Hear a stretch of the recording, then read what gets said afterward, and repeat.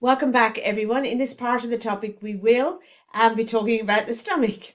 So in terms of the learning objectives, they're to be able to list and summarize the features of the stomach and be able to list the 3 phases of stomach secretion regulation, be able to describe the histology and functions of the stomach and its secretions, and be able to describe the movements in the stomach. And then we'll move on to the small intestine, so be able to describe the movements in the small intestine as well. Then be able to describe the features and histology of the small intestine, be able to list the secretions of the small intestine and discuss their function, be able to describe the anatomy and histology of the large intestine, and be able to list the secretions of the large intestine, and finally, be able to describe movement in the large intestine. We'll start with the stomach and just looking at the different parts of the stomach to begin with. We have the cardia region or the cardiac region, which is the point where the esophagus connects to the stomach. It's called the cardiac region because of its location close to the heart.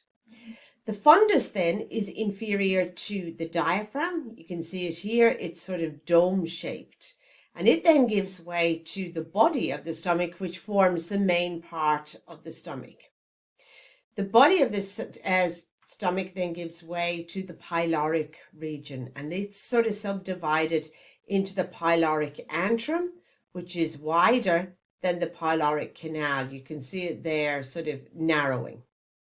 And you can also see that we have these greater curvatures and lesser curvature there, which are the attachment sites for the omenta, which hold the stomach in place. In terms of openings and sphincters, the gastroesophageal or cardiac opening is present when the lower esophageal sphincter relaxes. So that's that opening to the esophagus, right? Then we also have the pyloric sphincter, which when it relaxes, it will allow chyme to leave the stomach and enter the duodenum. Now, in the absence of food, so when the stomach's kind of empty, it deflates inwards. And the 2 inner layers, being the mucosa and the submucosa, fall into a large fold called a ruga or rugae. Then when the stomach starts to fill up again, that allows then for the stomach to stretch, and those rugae then disappear. In terms then of the layers of the stomach wall, the serosa is the outer layer. It's also known as or visceral peritoneum. Then we have this muscularis layer, okay? You can see here that there is an outer longitudinal layer of smooth muscle. We also have this layer of circular smooth muscle, but because the stomach is a really important sort of chamber for churning food and mixing everything, it also has this extra layer of smooth muscle called the oblique layer. Then we have the submucosal layer, and then finally we have the mucosal layer, and this mucosal layer is in contact with the chyme, right? And we have the presence of these pits called these gastric pits, which are the openings for the gastric glands, and they're lined with simple columnar epithelium. And we're going to talk about these in a little bit more detail on the next slide. Now, these cells of these gastric pits include surface mucus cells that produce a very thick alkaline mucus that protects the stomach lining from acid and digestive enzymes. We're going to learn that protein digestion occurs in the stomach, and these protein splitting enzymes are very powerful. And if you don't have that thick alkaline mucus lining the stomach wall, then these proteases can cause tissue damage. We also have mucous neck cells that produce a different type of mucus. Then over here, you can see these parietal cells here. They produce hydrochloric acid, and they produce a factor known as intrinsic factor. And intrinsic factor is essential for vitamin B12 absorption from the small intestine. We also have chief cells, and these chief cells are the ones that produce pepsinogen. Wherever you see ogen at the end of a word, you know that it's a precursor. So this is an inactive form of pepsin. And hydrochloric acid converts pepsinogen to pepsin. And finally, we have these neuroendocrine cells here that are producing and secreting regulatory hormones.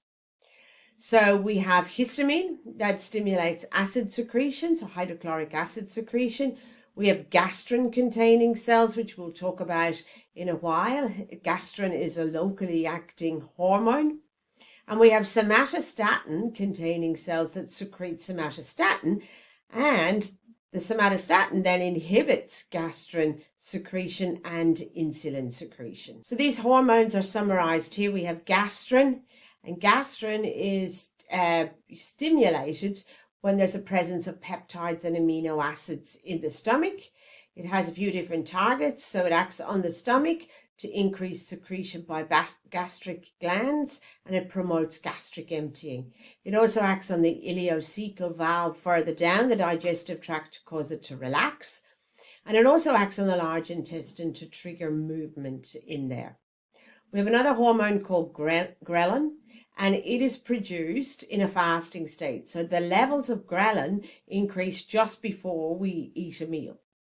Its target organ is the hypothalamus in the brain, and so it's involved in the regulation of food intake, and it primarily by stimulating hunger and also by stimulating that feeling of being full, so satiety as well.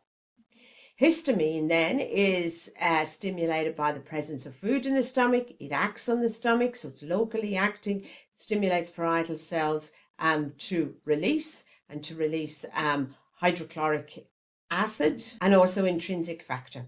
And then the somatostatin, which I mentioned on the previous slide, it is stimulated, or it's produced when there's presence of food in the stomach. Okay, and it acts to restrict all gastric secretions, gastric motility and emptying in the stomach, acts on the pancreas to restrict pancreatic secretions, and it acts on the small intestine there to reduce intestinal absorption by reducing blood flow to the intestines. So this has got to do with the sympathetic axon stimulation. And so in terms then of the secretions of the stomach, remember chyme is the ingested food plus the stomach secretions. Bolus of food goes into the stomach, chyme comes out. Mucus then is produced by those surface and neck mucus cells. Certainly the surface cells produce that viscous or very thick and alkaline mucus for protection from the acidic chyme and also from the enzyme pepsin. And irritation of the stomach mucosa will cause greater mucus production, generally. Now, I'm sure that you've heard of things like gastric ulcers, and the gastric ulcers can be caused by things like non-steroidal anti-inflammatory drug use, or also an infection with Helicobacter pylori. And with the non-steroidal anti-inflammatory drugs, they are mildly acidic, so they irritate the stomach lining, but also they inhibit the formation of this thick mucus lining. So as a result, if you don't have that lining, you get the acidic chyme and the pepsin then being able to come in contact with the mucosal wall and cause damage. And for some people, it's just, mild inflammation called gastritis. But for other people, all of the layers of the wall are actually, eroded. And that allows all that acidic chyme then to enter the peritoneum. And that's when it becomes very dangerous. Intrinsic factor is produced by parietal cells. It binds with vitamin B12 and helps it to be absorbed. And B12 is necessary for DNA synthesis. Hydrochloric acid is produced by parietal cells. It kills bacteria because it's got a very low pH. It stops carbohydrate digestion by inactivating salivary amylase. It denatures proteins and it helps to convert pepsinogen to pepsin. Pepsinogen is packaged in zymogen granules, which are like, this inactive form of the pepsin, and they're released by exocytosis from the chief cells, and pepsin then catalyzes the breaking of covalent bonds in protein. And so this results then in proteins being broken down into smaller peptides, and then further digestion of those peptides will occur further down in the small intestine. Okay, we're going to briefly look at the regulation of stomach secretion. Now, we don't think it's necessary for you to remember all of the details of this, but just to understand that there is a cephalic phase, there is a gastric phase, and there is an intestinal phase. So let's just go back here. With the cephalic phase, so this is, going to involve the brain, right? So let's say you're in a situation where you can smell wonderful food, or you've even got food in your mouth, or tactile sensations of food in the mouth, or just even thoughts of food will stimulate the medulla oblongata. Parasympathetic action potentials then are carried via the vagus nerves to the stomach, where that enteric plexus neurons are activated. This stimulates everything, to get started, right? So it stimulates stomach secretion activity. So hydrochloric acid and pepsin, and also the hormones gastrin and histamine as well. And the second phase then is the gastric phase, and stretching of the stomach, because it's got food in it, or, distension, activates a reflex. This is a parasympathetic reflex. Action potentials are carried via the vagus nerves to the medulla oblongata, which stimulates further secretions of the stomach. And the stretching also stimulates local reflexes that amplify stomach secretions. So while, the cephalic phase is kind of the let's get started phase, this is the real sort of action phase. And then we've got finally the intestinal phase, which is the slowing down phase. So the chyme in the duodenum with a pH less than 2 or containing lipids will inhibit gastric secretions via 3 mechanisms. Firstly, sensory input to the medulla from the duodenum inhibits the motor input from the medulla to the stomach. So you get the, cessation or stopping secretion of pepsin and hydrochloric acid. Local reflexes will inhibit gastric secretions. And then secretin and cholecystokinin, which are another 2 hormones that are produced by the duodenum, decrease gastric secretions in the stomach. Okay, in terms then of movement in the stomach, this diagram shows you it here. It's in an awful lot of detail, so we'll just summarize it here. It's a combination of mixing waves, so 80% mixing waves. Remember, I said that the stomach is like a big churning container, constantly mixing that chyme. And then 20% of the movement are these peristaltic waves. Both the esophageal and the pyloric sphincters are closed. And then you get these really strong waves of peristalsis that, force a small amount of the chyme through this kind of partially opened pyloric sphincter. And so factors that regulate secretion can also regulate stomach motility, and increased motility results in an increased rate of emptying. The last thing we'll mention here is chemical digestion in the stomach, and I have covered this. So we have acidity in activating salivary amylase, activating lingual lipase. That begins the breaking down of those triglycerides into free fatty acids and mono and diglycerides. Breakdown of protein begins through the actions of hydrochloric acid and also pepsin. There is only one stomach function that's necessary for life, and that's the production of that intrinsic factor. And I spoke about that in terms of it's essential for vitamin B12 absorption. And vitamin B12 is essential for the production of red blood cells and normal neurological function. Cannot occur without intrinsic factor. A total gastrectomy then, stomach removal for stomach cancer then, would require somebody to have vitamin B12 injections because they wouldn't have any intrinsic factor. And the contents of the stomach are completely emptied into the duodenum within 2 to 4 hours after a meal. We move on now to the small intestine, which you can see here, and it's shown in this purple, green and pink, highly coiled series of tubing, right? It's the site of greatest amount of digestion and absorption of nutrients and water. The small intestine pretty much takes up most of the room or the space in the abdominal cavity. And it's called the small intestine because even though its surface area is way bigger than the large intestine, it has a smaller diameter, and that's why it's called a small intestine. It's separated or divided into these three divisions here. So the duodenum being that purple short part, which is 25 centimeters beyond the pyloric sphincter. So duodenum just means 12, so 12 inches or 25 centimeters long. The jejunum then is this green one here, and it's about 2.5 meters long one. It's sort of all uncoiled. And then the ileum is 3.5 meters. And in the ileum, we have these Peyer's patches, which are specific type of lymphatic nodules. And so these lymphatic nodules then will be involved, in surveillance of any particles that enter this part of the small intestine. So the duodenum itself, this purple bit, curves to the left, and the head of the pancreas, which you're not looking at there, is located in that curve.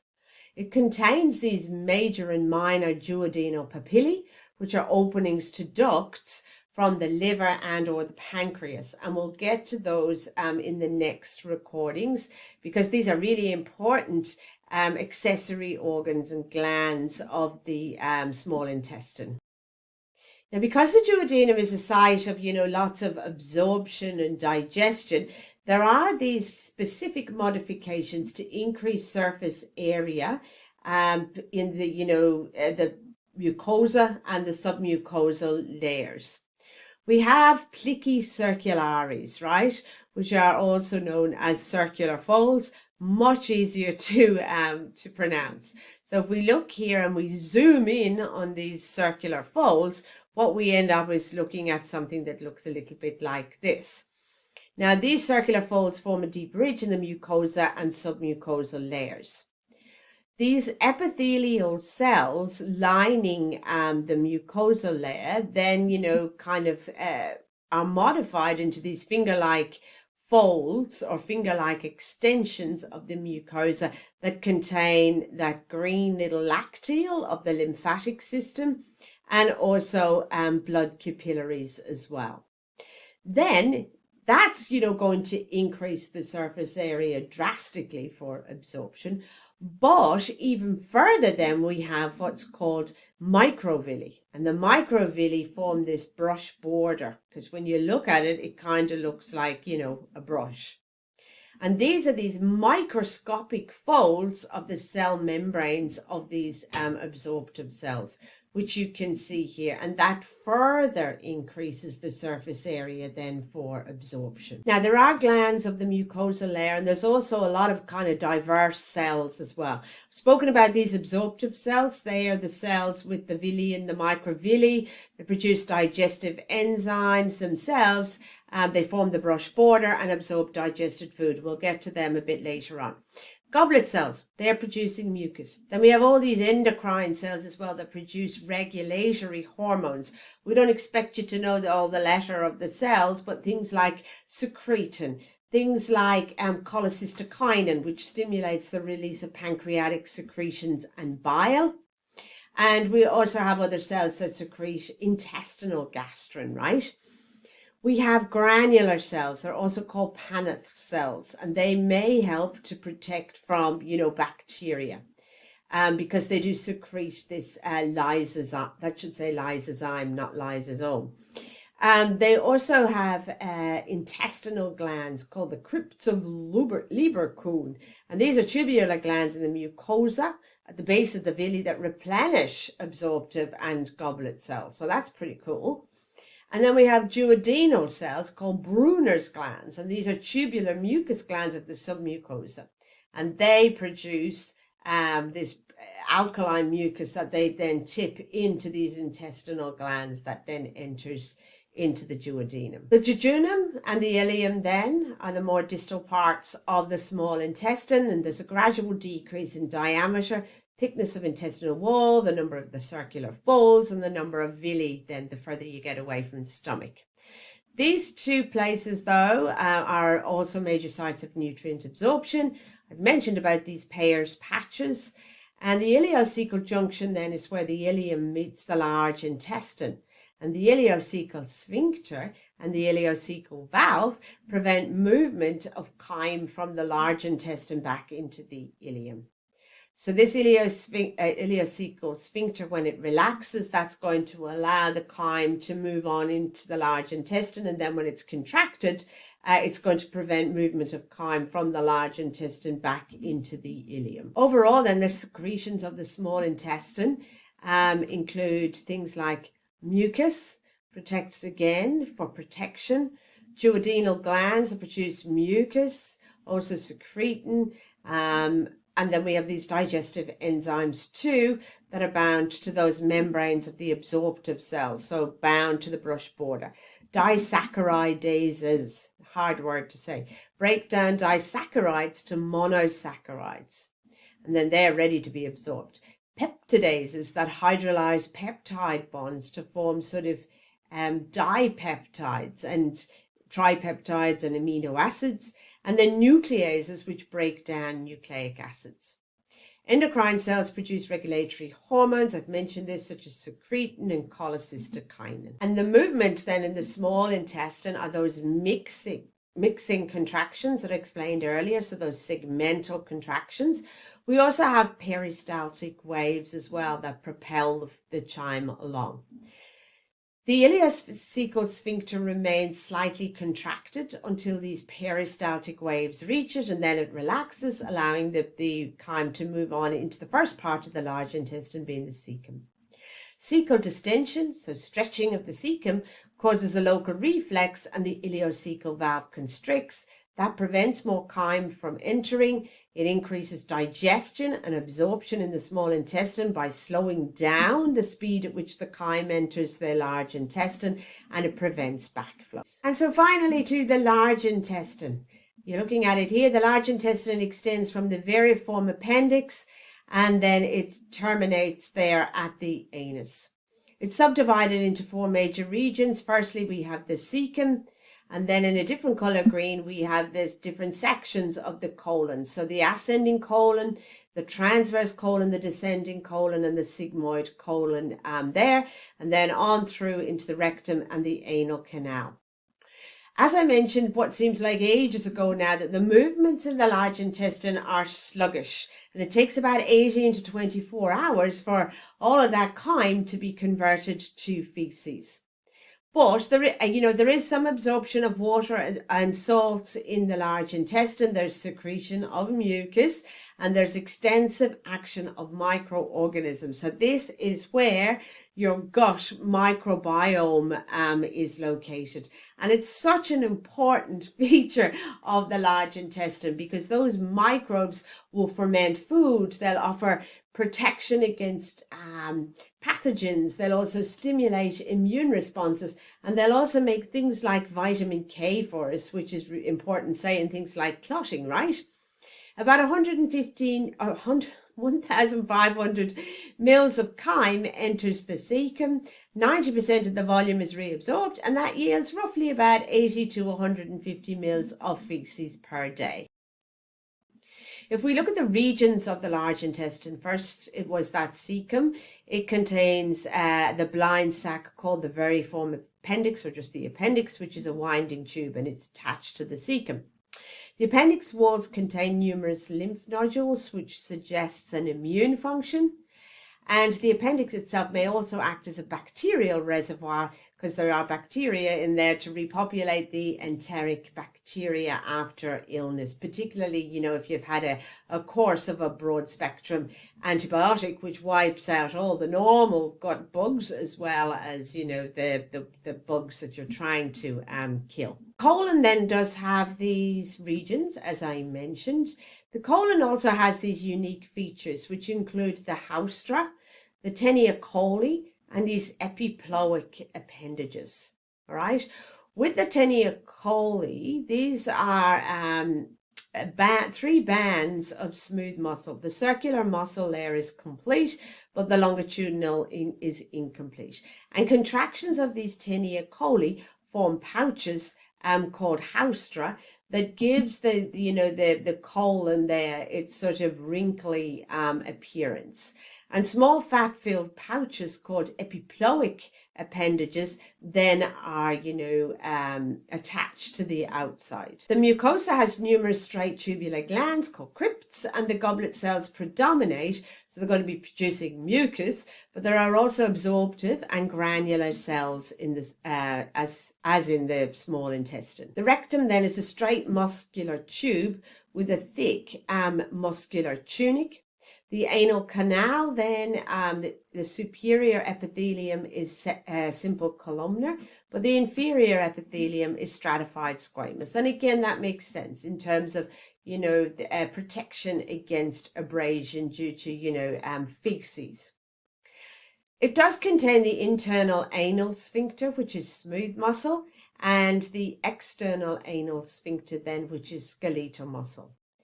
And sometimes people do develop a clinical condition called hemorrhoids, and that it occurs when there's vein enlargement or inflammation in the anal canal. And it can be very painful condition, and they can also bleed, and that can cause people a bit of a fright, because they see blood in the feces. Now, the secretions of the large intestine, the main one is mucus. It's providing protection. And parasympathetic stimulation will increase the rate of goblet cell secretion of mucus. We also have these pumps, right, in the large intestine. Now, if you think about your microbiome, the bacteria, will produce acid, and the following pumps remove the acid from the epithelial cells that line the large intestine. So you'll have exchange of bicarbonate ions for the chloride ions of hydrochloric acid, and you'll have exchange of the sodium ions for the hydrogen ions of the hydrochloric acid produced by the bacteria. Bacterial actions do produce gases known as flatus from particular kinds of carbohydrates found in legumes and in artificial sugars like sorbitol. And, the other word then for flatus is obviously farting, okay?